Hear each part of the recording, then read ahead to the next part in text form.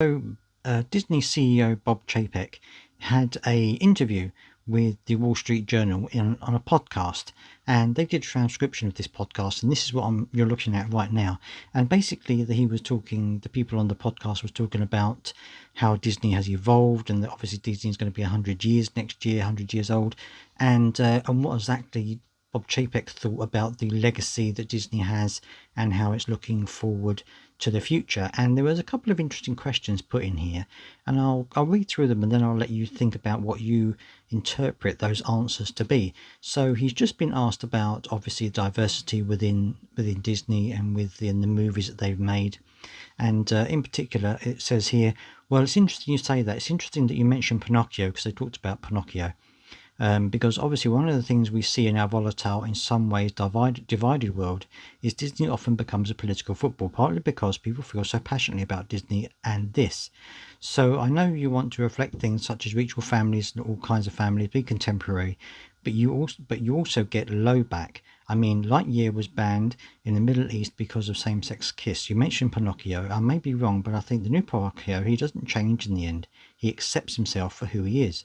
So the ending has changed a little bit with the sort of contemporary, and your people love to get out there and say, Disney is too woke. Disney became too politically correct. Are they right? Do they have a point?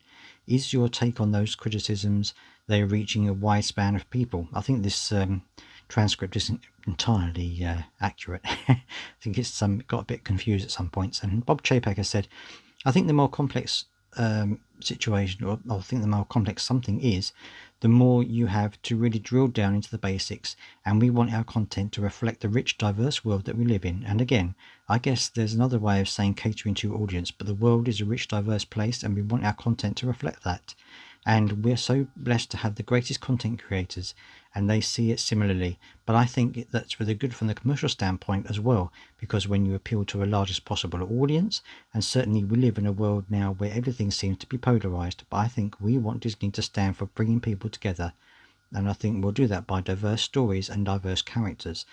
So he's indicating there that he wants obviously Disney to be very diverse in the way it tells its stories and the way it displays its characters.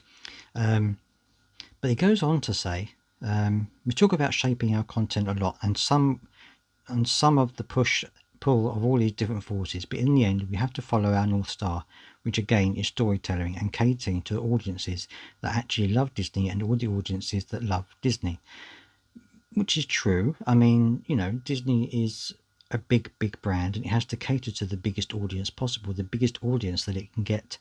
That isn't necessarily what they've been catering to right now. I mean, the figures would suggest that they're not catering to the widest audience possible. But Matt Murray goes on to say, so to be clear, you don't think Disney is too woke. And Bob Chapek says, I think Disney is a company that has survived for 100 years by catering to its audience, and it's going to thrive the next 100 years by catering to its audience. Now, what do you think that indicates? Does that indicate, I know there have been stories in the media about how Disney is now looking at focus groups to try and target its actual audience, the people who are actually going to want to watch the movies and TV shows that they're making. This could indicate that maybe he's thinking to himself, well, we do want to concentrate on the audience that we want to cater to the audience, and this audience is maybe not the audience we've been catering to recently. Maybe this answer is suggesting that he's thinking about whether Disney is too woke. He hasn't said whether it's woke or whether it isn't woke. I guess he doesn't want to be drawn on that.